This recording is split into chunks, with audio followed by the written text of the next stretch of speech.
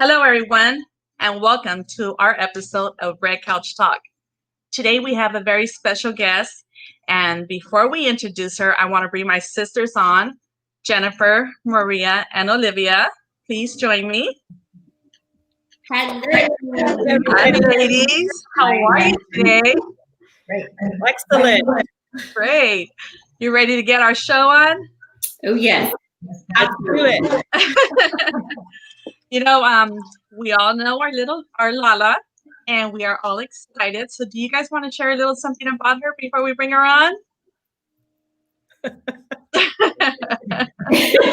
First, I want to share that she has helped so many of us, and I'm surprised that you guys are all like, what do we say?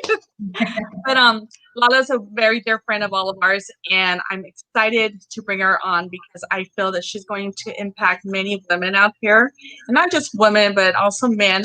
But I think that with Sisterhood, the energy that she has brought to our group has been amazing, and I know that you all felt this, so I just thought maybe, we could give her a little introduction before we actually bring her on. I just didn't want to hog the screen, I was quiet waiting to see who's going to go. I didn't want to hog the screen because I could probably talk for, an hour about the work that she does and everything. Yes, I agree with what Jennifer just said. I was about to say you want to go first, Jen? You want me? I'll go first. So those of you that might have watched yesterday, Maria and I did a live video. And, in that video, after we did it, I asked Maria, I said, was I a little bit vulnerable in that video? Did we seem like a little too vulnerable, a little bit too ourselves? And then, she goes, no, like we're supposed to be ourselves, right? So that's the beauty of it right there. And the thing that Lala has given to, myself and my life is really priceless. And she does it with so much love and so much intent. And she's so good at what she does, and the thing that I can say to people that are listening today is if you're open, you have to be open and willing to do the work as well. There has to be that reciprocation to do the work. But she gives you tools, and we hear all of these things like internal work and healing and Reiki. But what is that? And so, what is that? And what is it that you have to do to utilize that and to make that a practice in your life, to better your life? So I'm so blessed she's in my life. I'm so blessed that she's part of our group and organization. Can you guys hear me? Because is it? Yes. Maybe sit back a little bit because it's a little bit of an echo and what I'm hearing. Is that better? Or no? Yes. Is it a little bit better? So maybe like this? Yes, perfect. There you go. Yeah. You guys just let me go on and on and on. If my hair, if I have like a fluff ball on my hair in this, you guys can tell me. We'll be sure to tell you. We will. Yeah, you guys can tell me, like before I ramble on. Well, on my end, I can hear you really good, so I don't know. Yeah, you're good. Yes. Okay. Go ahead. Probably too close, but just for everybody listening and the questions that we're going to ask, this is something that it's so much value, because when you find out more about yourself, when you find that true connection with yourself and your creator, and you live life seeking more and more of that, it's just so many more blessings come into your life. And I was just telling her, I about 6 months ago, once again, began reading The Course in Miracles, which is a phenomenal book. I don't know if she'll talk about that, but that is just a beautiful read. And it's so, it makes you look at yourself. So I could go on and on about Lala. Yeah, I was going to say. We can talk to her. So that's why I didn't want to hog it at first. You guys go ahead and give your input as well. Okay. You, Maria. My turn. Okay, so real quick, I'm really happy and excited to have Lala on Red Couch today because Lala is an extraordinary, beautiful, wise Latina. Okay. Yeah. Latina woman. She's an entrepreneur. She is a spiritual coach and mentor. And she is just so vibrant, full of so much grace and love. And you just, when you're around her, you just feel her amazing energy, and it's contagious, it's infectious, and you want to know, where does it come from? How do I get that? Give me some of that, right? Yes. But you know, to just close on Lala and why I love her so much and why I have so much respect for her is because the work that she does is her life's work. And it takes commitment, it takes sacrifice, and it takes, you know, just all of her being in her life to immerse herself in educating and healing and, you know, building herself up in her practices so she can give that back to those who need it. So that alone right there is just says enough about this woman, that she's in it to win it. She's in it for the right reasons as well. She does it for the right reasons. It's not for show. It's not for fame. It's not for glam. It's not to say I have 10 stars and you have 5. No, she does it because her heart is in it. The power of the Holy Spirit works through her, and she's a blessing on earth. Beautifully said, Maria. I'm going to go ahead and get pop that. You want to share anything, Olivia?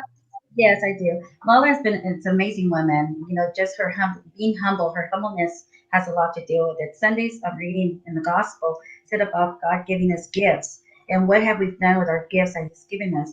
This is a perfect example of a human being that's been giving a gift to give back to individuals, and she's just an amazing, amazing woman. So I know that when she, you know, goes up to heaven and the Lord says, you know what, you did what the gift I gave you, you shared with everyone around you. Yeah. Yeah. Very, very nice. Very nice. Okay, well, with all that said, why don't we bring in our special guest, Oralia, better known as Lala Delgado. Please join us. Yay! Hi, everyone. How's everyone doing? Oh my gosh, that is, I'm sitting here just hearing what you guys have to say, and I just have to say that I'm humbled by your comments and honored to be here. And Tina Marie, once again, thank you for allowing us to be on this platform. Yeah, I mean, everything you guys said, it just touched my heart, and thank you for your beautiful share, and I'm just honored to be here and have the opportunity to share. That's it. Awesome. So why don't we get started? So Oralia, before we get started, why don't you tell us a little bit about who you are? Wow. Okay, how long do I have? Okay, we have all the time you want. Wow, a little bit. I guess what I would like for people to know is that, like it says in the Course in Miracles, because I am a student of A Course in Miracles, and I will talk a little bit about that, how A Course in Miracles impacted my life, and that basically was my book, my go-to book at the very beginning. So what I would like to say is I am a divine being, just having a human experience, and no special or no less than anybody else. We're all equal. But what happened to me was something very beautiful. Now that I can look back, it was something very beautiful, that I was able to step into the realm of learning of myself. So when you ask me, who am I? I'm still learning about myself. So the woman who I inspired to be, the woman and mother and sister and friend and human being that I was inspired to be. So when people ask me, who are you? I'm a divine being, just experiencing life in such a beautiful way.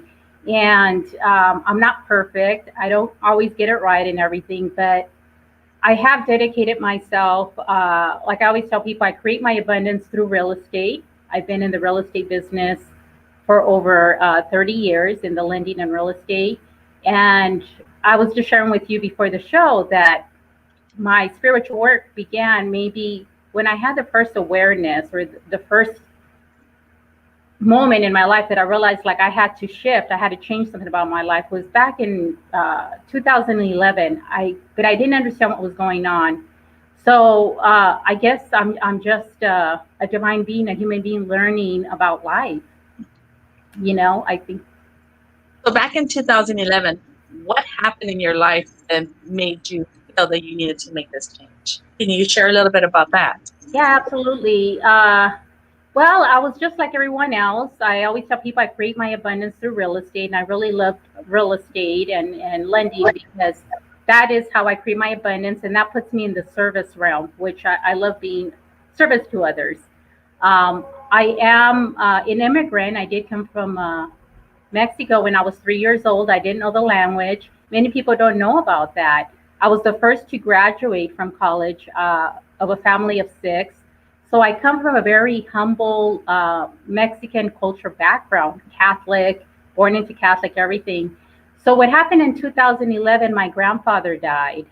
And I was there when he took his last breath. He was surrounded by such beautiful people, all the family. And I had this awareness of death. I had this awareness of how he lived his life, the type of person he was. And it just really made me reflect about the person who I was. Like when that time came for me, when I was going to take my last breath, like, well, how would I want people to remember me? How would I want people to experience me? And I experienced him in such a beautiful way. I experienced him being such a loving man. And I think maybe I always say, my upbringing was a little bit tough with just the Mexican culture in general. But I really felt that I received the masculine love from my grandfather. He was such a gentle man, very well respected and very wise. But he had this light about him. And that's when I started to reflect back on my life. So when you talk about having to go through how should I say this? You shared with me when, your upbringing in Mexico Mm-hmm. and how it led you to come here. Yes. Can you share a little bit about that? Yes, actually. So, like I said, we're a family of six, and like any other parents, my parents wanted a better life for us. So my dad was here first, then my mom came.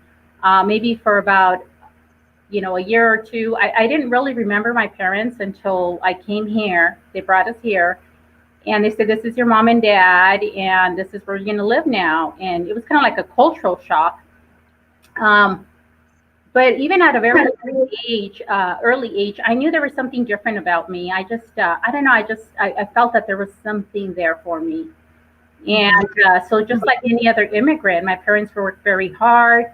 There were blue collar factory workers, and there wasn't much for us. I mean, we were very limited on our resources. It was more about survival. So they didn't speak any English. And so I became to be their translator. Our brothers and sisters would always translate for them.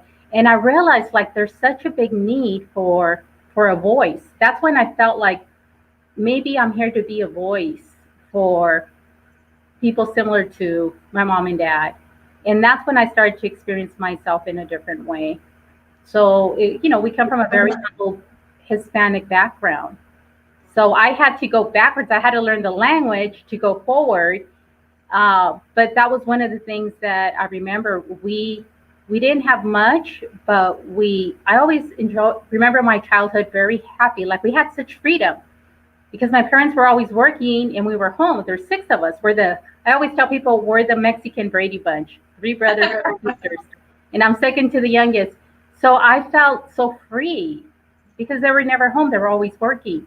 And so we took care of each other. So I come from a family that were very close, and we just support each other many different ways. So I love my brothers and sisters. Yeah. It's beautiful.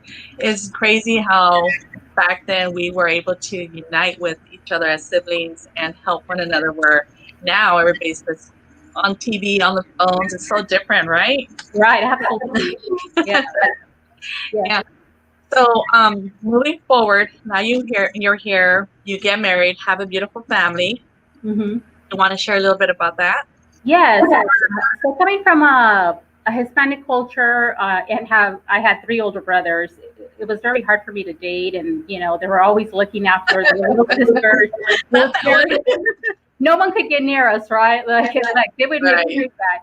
So I actually dated my ex-husband, which is my ex-husband now. I dated him for 8 years.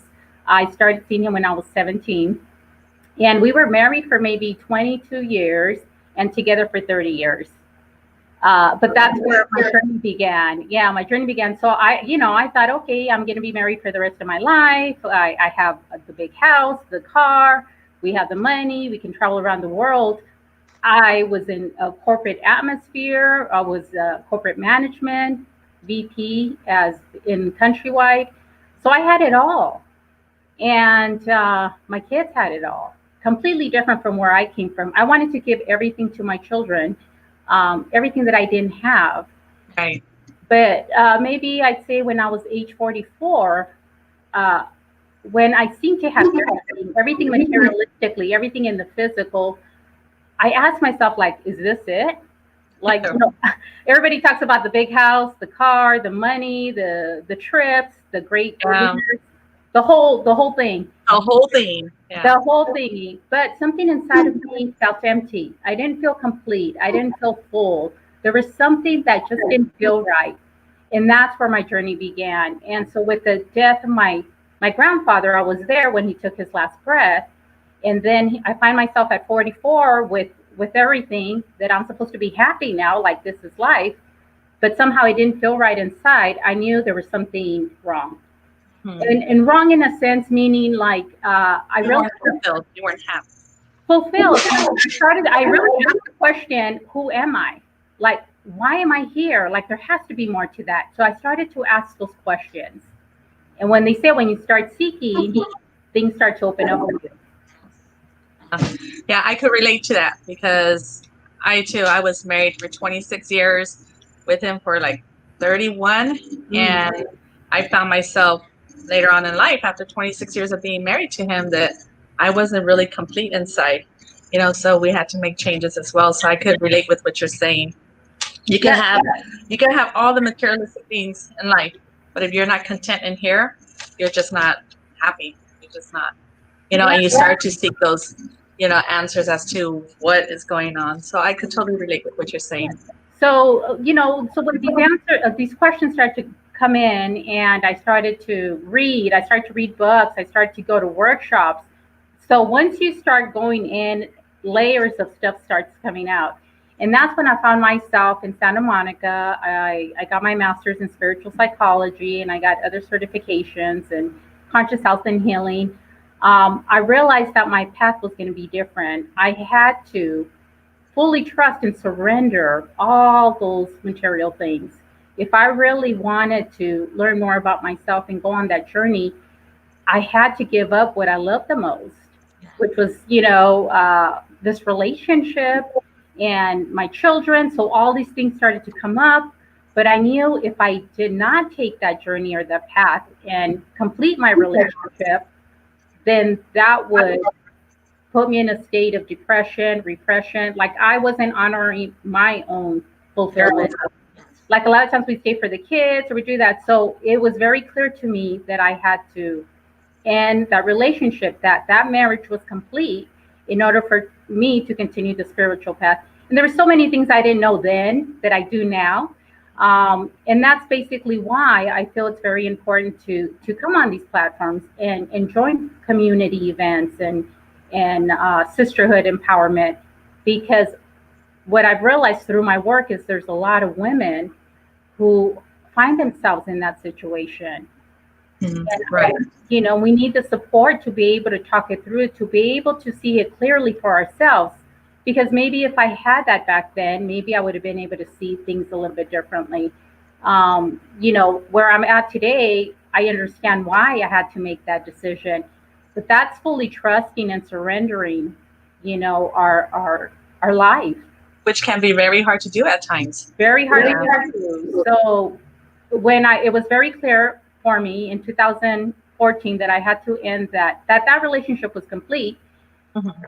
Of course, there were so many things that I had to experience before I got to where I'm at. And those are the things that I would like to share here. Mm-hmm. I had to spend 2 years learning about myself. So from 2014 to maybe 2017, actually more years, I traveled, I read, I started to pick up A Course in Miracles. One of my good friends, Pauline Beatty, if she's watching or if she watches this, she gifted me this book. And she says, you know, you resemble Marianne Williamson. So if a lot of you guys know, Marianne Williamson is a worldwide lecturer. And she says, do you know who she is? And I said, no, I don't know. So she gifted me A Course in Miracles at my graduation when I got my master's.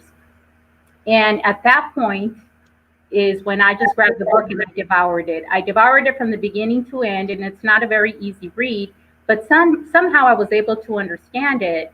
And then I used the Course in Miracles principles and practices to teach and to share that with everybody else.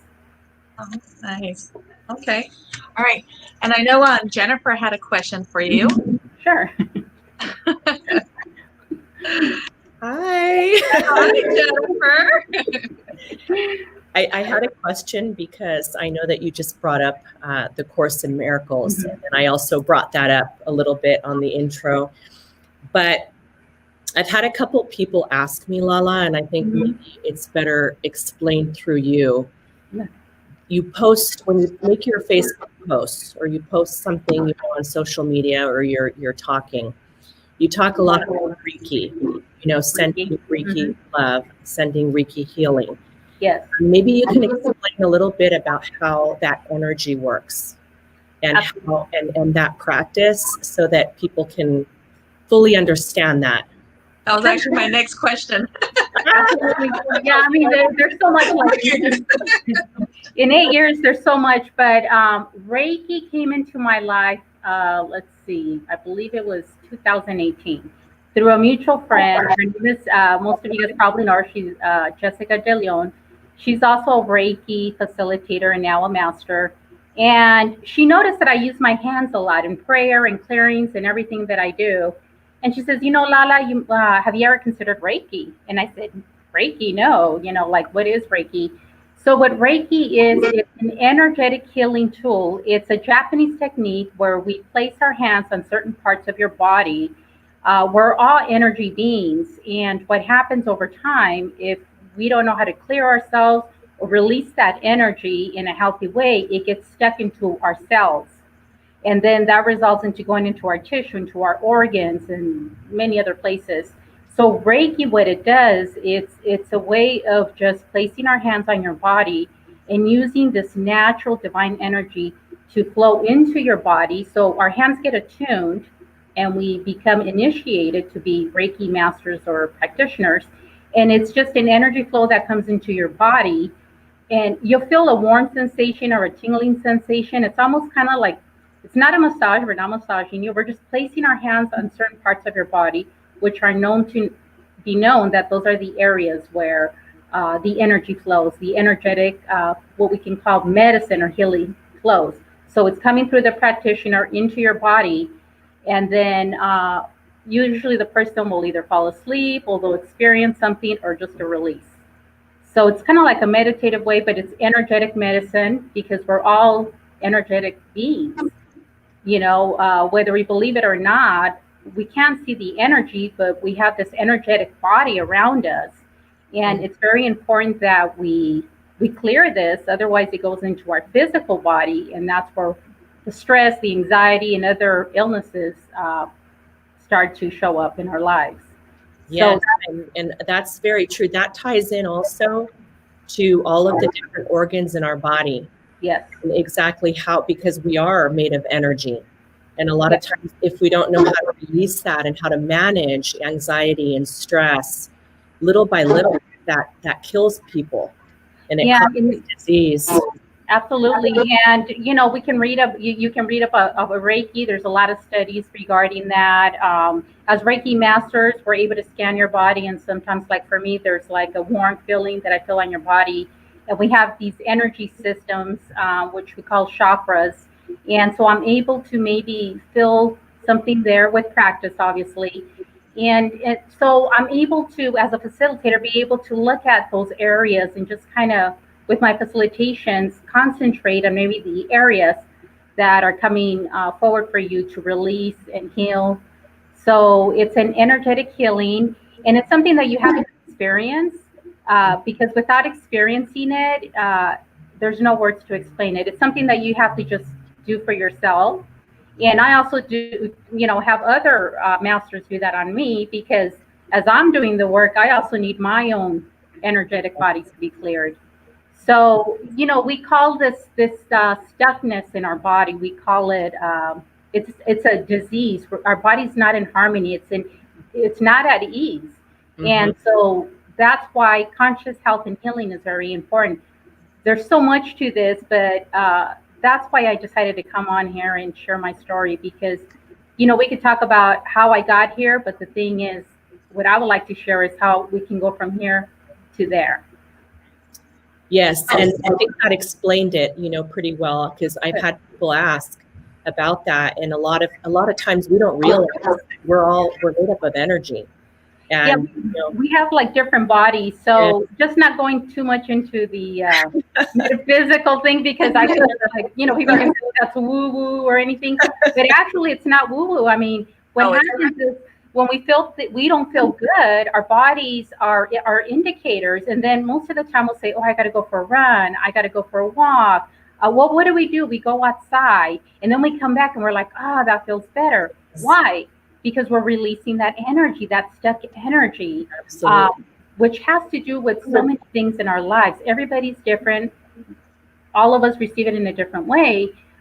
So the healing arts is a way for us to work on ourselves, our inner work, and then also to work with practitioners, facilitators, to be able to help us release all those blocks, not just for the physical, but mentally, the mind body.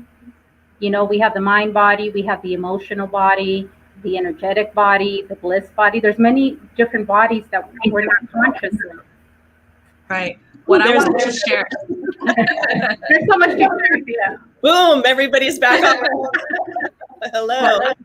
What I wanted to share was when I had Lala come and do a cleaning in the office. It was such a wonderful feeling, I heard so much about her work before. We briefly spoke here and there, but when she came into the office and just cleaned it, and then she put me, she placed me, and she just started working with me, and I was just like so emotional, and I was like kind of embarrassed to show my emotions, and she's like, just let it out, to the point where I ended up starting crying, and it was just like a beautiful experience that I felt such a relief after all that. And she told me, she was, make sure, you drink plenty of water, and just relax. I was like, no, it's okay. I got it. Within an hour, I was at home and I fell asleep, because it was just, the energy was so touching and so heartfelt that it just felt great. So I'm hoping that our audience out there would be willing to do this, because it is such a great feeling. What you do for someone, Lala, is just a great experience, and it's hard to describe it. Yes, it is. Describe it, Lala, and I don't know whether you can actually even describe it to a full degree, but for me, if I'm and like you said, money and everything else, it doesn't bring that fulfillment that you have to have within yourself. And that's a very important thing that you taught me, and all of us utilize things in life to mask what it is that we're really feeling, and for me, I had, several things that I used to utilize to mask the things I didn't want to look at. And you helped me so much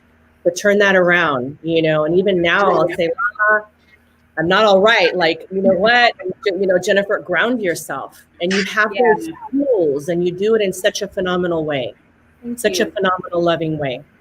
And what I want to say to that is, I want to make it clear, it's not me. Okay, we can all do this. It's the divine. So we become instruments. So, I just want to make that clear. It's not me that's doing it. It's that divine energy, the Holy Spirit, however we would like to do it. And I would like to touch a little bit on the grounding, because I did say I was going to give some tools and practices. What is grounding? So I always ask as facilitators, that's why I like to call myself a facilitator. I'm just facilitating you to go inside, because we all have the answers. We all have this divine wisdom inside of us that is covered up. It's deep inside. So as facilitators and even energetic healers, we just help you go in there. And when you're ready, and if you're ready, then you're open to this. You're open to this divine energy that is available to all of us. And so we just become facilitators for that, because at the end of the day, it's really what we're willing to open ourselves to. So if there's any fear or we're not quite ready for it, then that's okay, because the beautiful thing is, like the Course in Miracles says, we meet everybody where they're at. Like, you don't have to be at a certain point. You don't have to do anything. But if you say, you know what, I'm sick of how everything's turned out in my life. Like for me, I had to be in a state of repression almost, to a fact where I don't want to wake up anymore. And I was like, there's something seriously wrong here. Like, why don't I want to get up? I have everything. I should be fulfilled. I should be happy. Like, what is wrong with me? And then I started thinking about, well, God, I'm losing my mind, But the thing is, my heart was screaming. It was screaming for this person to know myself. Like, this person wanted to come out. And I was keeping this person, this higher self of my highest potential, all covered up based on others' expectations, trying to meet everybody's demands, who the person I thought I should be, the realtor I needed to be. I wasn't doing enough. That was all a story in my mind. And I wasn't showing up in my heart. I wasn't showing authentic. I was showing up like people thought I needed to be. And it was, it's a mask. It's a pretend. And then that's when, at that time, I said, it's time to take this mask off. And was it painful? Very painful. I was alone for 2 years under my own meditation in desperation. And that's what landed me in Santa Monica, just doing the inner work, not to get a degree, not to get my master's, not to have all the life, to heal myself. And when I got this, I said, oh my God, like, people have to know this. Like, people have to know about this. And that's where my journey began, because it's not for me to keep, it's for me to share. And that was very clear when I finished the Course in Miracles. And when I tell people I finished the Course in Miracles, they're like, no way. I did. I can't explain how I understood it, but I understood it. And then when I closed the last page, I said, okay, what am I supposed to do with this? It says, you are to teach it now. Yeah. You are to share it. And so that has been my journey. So also what I wanted to talk about, we were talking about the grounding. So the grounding is, the first thing I ask when I'm in a facilitation is, how do you start your mornings? How do we start our days? Because the way we start our day is the way a lot of things can happen, right? Like, if we start our day just getting up, drinking our coffee, reading the newspaper, checking our messages, and that's it. No wonder we feel so anxious and so, like there's a lot going on. We get pulled in with the current. What I do, and I could just, all this that I'm speaking is just my experience. Everybody's going to have a different experience. But what I do, and the tools and practices that I do, is every morning I wake up in meditation and prayer, however it looks for you, and I start with gratitude. Gratitude is huge. If there's ever a time you feel like, oh my God, life is unfair, I invite you to step at least 1 or 2 minutes into gratitude, and it'll just shift your energy. And that's the thing, and that's when we talk about energy, is you will feel it inside your body. Energy cannot be seen, but it could be felt completely. So we start our mornings with prayer, with meditation. There's no right or wrong way to do it. We just go into our hearts and we thank for being alive, for waking up, for this breath, for the people around us. Whatever, however it comes forward to you, whether you have 5 minutes, 1 minute, or 2 minutes, we ground ourselves. And I don't believe me. Try it for yourself. Like, experience this for yourself. I invite anyone to experience this. Don't take my word for it. Start your day with meditation and prayer, at least 5 minutes. Then work your way more and more and more. Right now, I, sometimes I sit for a whole hour, depending on my schedule. If people are asking me to pray for someone or something comes forward, then I sit there and I send Reiki, distance Reiki, and I pray. So that's first. Okay. Yeah, that's first. Grounding. Grounding is huge. So that's one tool. So even if you just do that once every morning, you will notice the shift in your body. You will notice the shift in your experience of the day. So grounding is very, very important.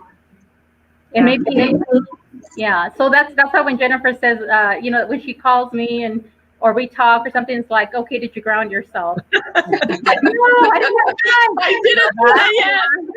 I was like, can you help me? But yeah, and we can do it right that instance. It doesn't have to be in the morning. Even when we're experiencing something, like you can feel it. It's bubbling up. It's a bubble of energy. Yes. And it's going up, and you're like, oh my God, it's coming, it's coming, it's coming. So what I try to do is press pause, like we do with the computer, like we do with our phones or anything. Press pause. Yes. Step away, go outside, step away for a little, and then just you know what? Okay, just a lot of times we can remain still. So stillness is huge. We just remain still for 5 minutes and allow it to come through, and then we get into our gratitude. So, there's this thing that I picked up from the Course in Miracles, and it says, "I will be still and listen to the truth." When we become still, even for 5 minutes, the truth will come. Like, what is the truth about this upset? What is the truth about all these emotions and feelings that are coming up? Like, what is the truth I don't want to see?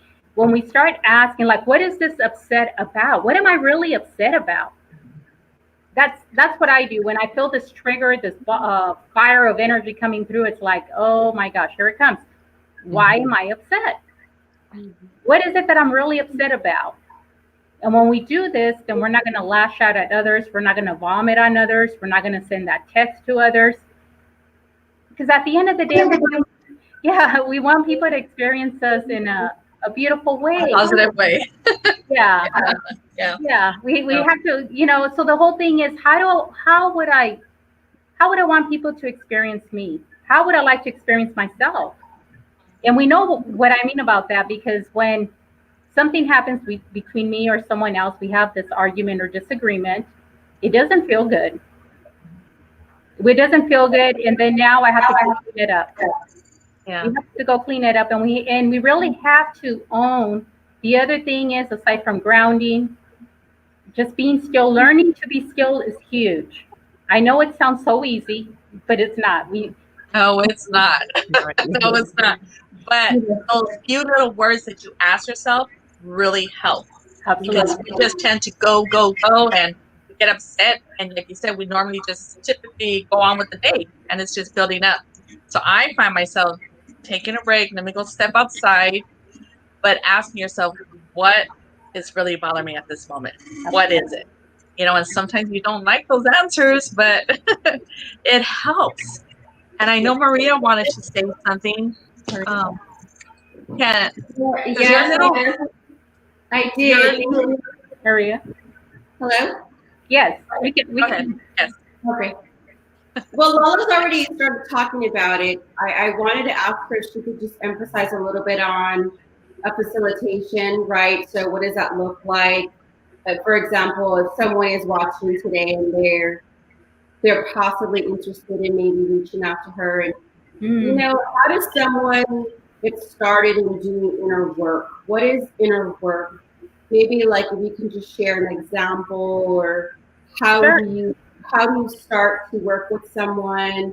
What does that look like? And because I think like a lot of people are wondering, right? They're wondering, they're paying attention, and they're wondering like, what do you mean spiritual journey, and awareness and inner work, and then triggers? I mean, I know what they are for me. We all do here on this call, but how can you share that with our audience, and just maybe break it down for them just a little bit, Lala? So it's Great question, Maria. Yeah, absolutely. So facilitation, basically it's a conversation, one-on-one. So I love the intimate work where we sit down and we have a conversation. And I always start with a prayer, or I call in the light. So we're all calling in the light for the Holy Spirit, the divine, the mother, whatever works for us. We call in the light, and then I pray with them, and then we see what's coming forward for them. So we're going through our process, we're going through life, but there's always one thing or a pattern that keeps repeating itself, something that really upsets us. So a trigger is something that just, like someone says something or someone does something, and it just, you can feel the fire just rising up. So what happens is, if we don't resolve that, like what to the root of the problem of what's causing that fire inside of us, like why am I reacting this way? Someone else can have that same experience and not feel that fire. So why am I feeling that fire? What is it about me? Because we're all unique beings. We all, our memory, our cells and our bodies carry this memory within us. The culture we came from, my experience as a little girl and growing up is different from yours, Maria, or anybody else. So there's culture beliefs, culture programming, I would say, culture programming, how our mom and dad talk to us. So all this was embedded into our cellular system, into our body. So now as adults, uh, it doesn't matter where we got it from. This is what Mary Ann Lewin says. It doesn't matter where we got it from, whether mommy or daddy or brother or sister gave it to us. It's ours now. We're adults now. It's our responsibility to figure out why this is coming forward, and especially if it's coming out through anger, through lashing out at people, where we are hurting our loved ones through words, through actions, sometimes through physical abuse. And we all know what this is about, or maybe someone else is doing to us. And I obviously we cannot condone bad behavior. We cannot excuse the behavior of others, but we could have compassion for ourselves and for others. So facilitation is, okay, what is that pattern, that one pattern right now that that you are ready and willing, because there's nothing no one can do for you unless you are ready and willing to open up your heart and say, you know what, Lala, I'm tired of feeling this way. I'm tired of these patterns. I'm tired of, being in the same relationship, and I'm not growing. I feel stuck. And we all know what that feels like. It's like, oh my God, what is this feeling? And we'll feel it right in our heart or the pit of our stomach most times. Or maybe a knot in our note, like we're not able to express ourselves. We're not really stepping into our truth. We want to say something, but we hold it back. So that's where Reiki comes in, and that's where the facilitation comes in. We have a conversation, and then we talk about what it is that you'd like to peel off, the layers, because it feels heavy. Anything that feels very heavy for you. And everybody has their own experience, their own way of dealing with this. And so we work one-on-one. And then it's just very gentle and very graceful. It's really up to you how much of it you want to do or how little of it you want to do. And as a facilitator, I'm just there to guide you, for you to see yourself, to go inside and to shine the light.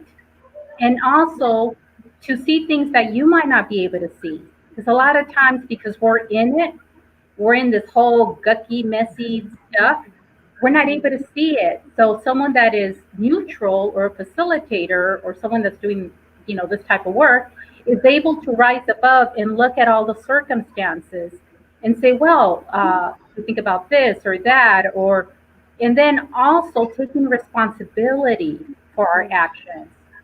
Like, there's things we do and we have to take responsibility for what part of that was mine. Like if we're in this argument or something that someone did to us, what part of that was mine? Even if it's 1%, I have to clean up that 1%. I have to own that 1% and clear it. And so when we're able to do this and we're ready to do this, you will feel like a lightness upon you. And once again, it's just really very gentle, and it's something that we meet everyone where they're at. No one's gonna say, okay, you got to do this, this, and this. No, whatever you want to do, because at the end of the day, it's our will. It's your freedom to choose how you want to live your life. And if you're saying, hey, I don't need any of this stuff, my life is great, I'm loving it, beautiful, do more of that. I congratulate you, honor you. Like if you're saying I'm on top of the world, awesome. You know what? Congratulations to you.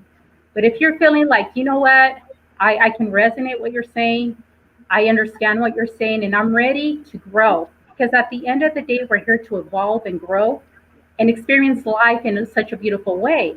Like if we want more joy and be more at peace and feel this freedom about ourselves, then this might be for you. And if it's not, that's okay. That is perfectly fine. So it's those that are ready to open up their hearts and their mind and are willing to do the work. So I hope I answered the question. I think is. Yeah, you did. Okay.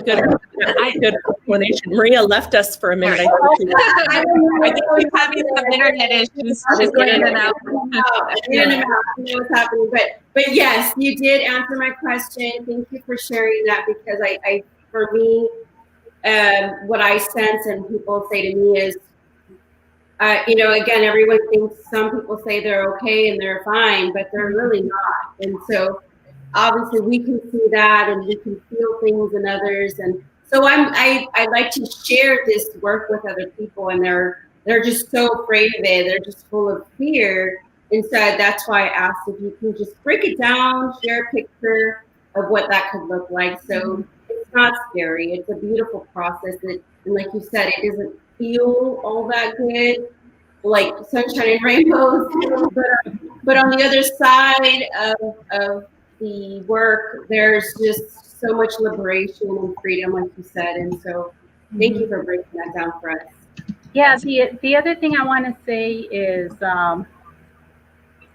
like you'll when you'll feel your body, you'll know, we can deny it to ourselves, but if we say, oh no, I'm fine, or this is the truth for me, like we will feel it inside if we're honoring ourselves, and eventually it's going to come out. It's going to come out. And sometimes we're not comfortable doing it one-on-one. Like what I love to do is circles or workshops, even circles or workshops where we have 5 people or maybe 10 or more than 10, because it's in the sharing, it's in the questions that we all learn. So there's a thing that they say, that when you have the student and the teacher becomes the student and the student becomes the teacher.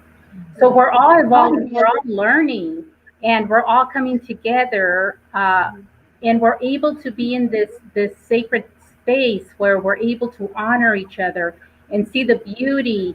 And we're not always going to get it right. Like the difference between someone that is doing the inner work and going inside instead of just the outside is, if we get into a situation or some kind of trigger, we're able to go through it faster. It's going to be like a wave, like, oh my God, here it comes. Like life is going to happen to us. But the difference between this is those that are not willing to look at or not doing the inner work, like we say, is going to be in it longer. So that's the difference. Like we might get stuck on there 1 day, 2 days, a week, a month, a year, all our life. Like we can go our whole life until the last day, our last breath, we're gonna say, "Oh my God!" Like why was I there? But if you're doing the inner work, you'll recognize it. So what are we doing? We're expanding our awareness. That's what it is. We're expanding our awareness to a place where we could be neutralized and we can detach ourselves from the situation, rise up and say, okay, what is really going on here? What am I not looking at? And then when you're honest with yourself, you're going to realize like, oh, this is here for me to resolve. Like I've been avoiding this, but it's for me to heal that part of me that aspect of me. We have 1,000 aspects of ourselves. So this part of me, which is anger, is upset about something. So we're able to go into the root of the problem or the situation, the experience. We'll call it an experience because it's not a problem. It's just for us to grow and evolve.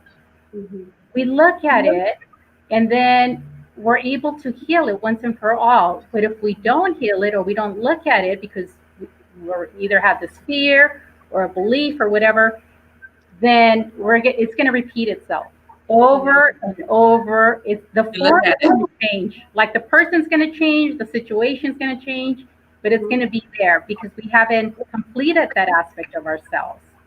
So this is all about expanding our awareness. That's it. So when we say the inner work, it's just seeing it from a different perspective, shifting it from this place that's vibrating in anger, depression, low vibrations, to higher vibrations of love, of joy, of liking who you are and knowing who you are, the true nature of yourself, which is a divine being, and allowing others to experience you, who you truly are, that love that you are. We all have this magnificent light about us, but it's all covered up, or we don't want to show it because we might get hurt, they might betray us, or they're going to do the same thing like everybody else did. So we're covering ourselves, we're sheltering ourselves, but we're also not sharing this beautiful heart that we were given to expand and love everybody. So heart to heart miracle. Yes. And that's the difference. That's the biggest difference that I think I could say from the 8 years that I've done this is, yes, I'm going to experience some stuff. No one's perfect. I'm not this enlightened being or anything. Nobody is. The difference is we're going to be able to get through it quicker. Like I'll look at it, I'll notice it, and I'll say, oh, this is what it's about. Okay, I'm upset because of this, but I'm saying it's because of this. Right. But once I sit down and I look at it, I become still, and I look at it and say, what's really happening here? Oh, shoot. Okay, that's what it's about. Okay, let me go apologize to that person. Let me clean it up. Mm-hmm. A lot of us don't want to clean it up. We just want it to go away. We have to clean it up.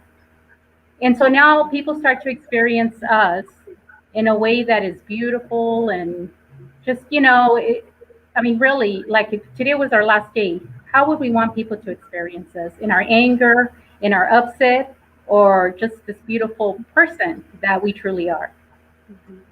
That was amazing. I'm sorry. I'm getting lost. I forgot. I know.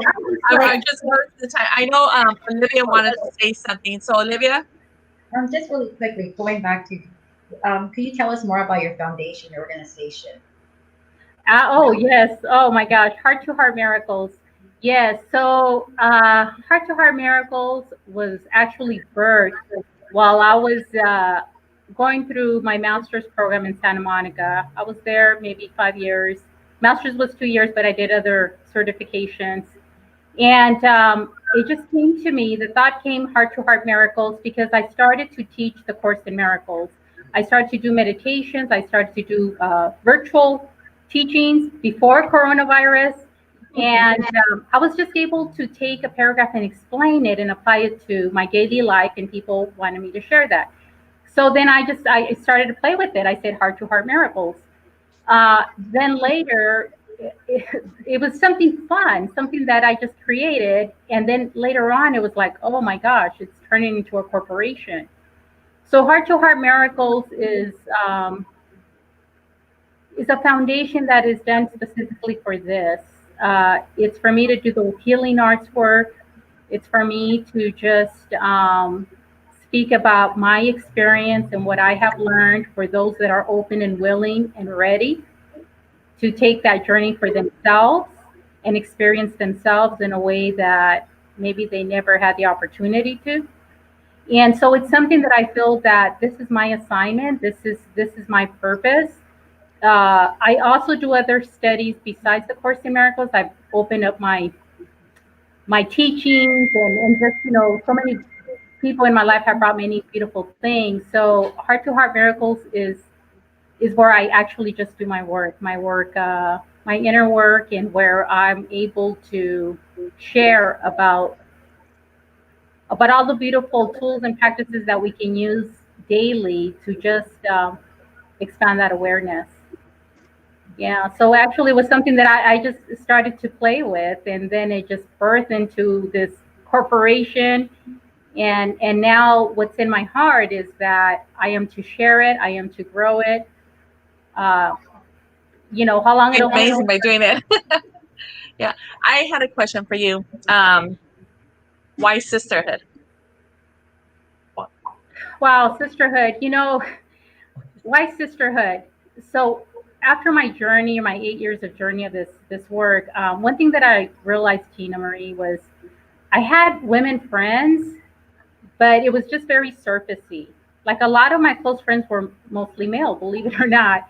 And then I asked myself, like, I wanted to have this close relationship with women, like really like sisters. I have, two beautiful sisters, and we have this tight connection. And I wanted to have that connection with other women in the organization and my community, or like, how can I connect with women in an authentic, loving way, like really see their life, And so it was the way I was showing up. I wasn't allowing other women to see me in a vulnerable, transparent place. Like it was this facade, this mask. And so for me, it became very important that women, mothers, sisters, you know, all of us come together as one and just really share with each other, just like our abuelitas used to do back in our ancestral day. Women used to gather and share the recipes, share their, just everything about themselves. And I think we gotten away from that. So there's great power when women come together, and we are the foundation of our homes. We are the ones that give that love and warmth to our children, to the husbands, to the people that are in our lives. So it's very important that we as women share and help first empower ourselves and then empower others in a way that is in a loving way, not in a competitive way. And especially in really, yeah. So anything that has to do with sisters or women, I mean, this is for the men too, because men are welcome for the show. Today I sent this link to my brother. My brother said, "Oh, Lala, it says sisterhood. Like, that's not for me." And I said, "No, brother." I said, "The things that we talk about, men can learn from this." Yes. This applies to all of us. And the feminine energy is in the masculine and the feminine. It's not a body, it's not physical. The feminine energy is in men and women. So for us, it's to learn to be in that open space so that we're able to hold them in such a loving way so they're able to grow and we're able to grow. Exactly. And for the men to be vulnerable and to show their emotions and to open up, so we create this beautiful relationship. I'm glad you shared that, because like you said, a lot of men don't watch it because they think that it's all about sisters. So thank you for sharing that. Yeah. I just really want to thank you once again, Lala, for joining us. I'm very grateful that you agreed to be on Sisterhood with all of us. And here they all come. Where's Maria? Maria! Hello. Yeah, I just want to say sorry to our audience that we're having some technical difficulty with Maria coming in and out. But once again, Lala, I just want to say thank you. Thank you all for joining us. We greatly appreciate it. Next week, we will have another special guest joining. In 2 weeks, we will have another special guest joining us. And if you can, please be sure to like our Facebook page, Red Couch Talk, and our YouTube channel. Please subscribe there. And if you have any questions, please message us at Red Couch Talk. If you have any questions for Oralia, those messages will get to her and she will respond, or for any of us. Thank you once again for joining us, and we'll see you in 2 weeks. Goodbye. Thank you.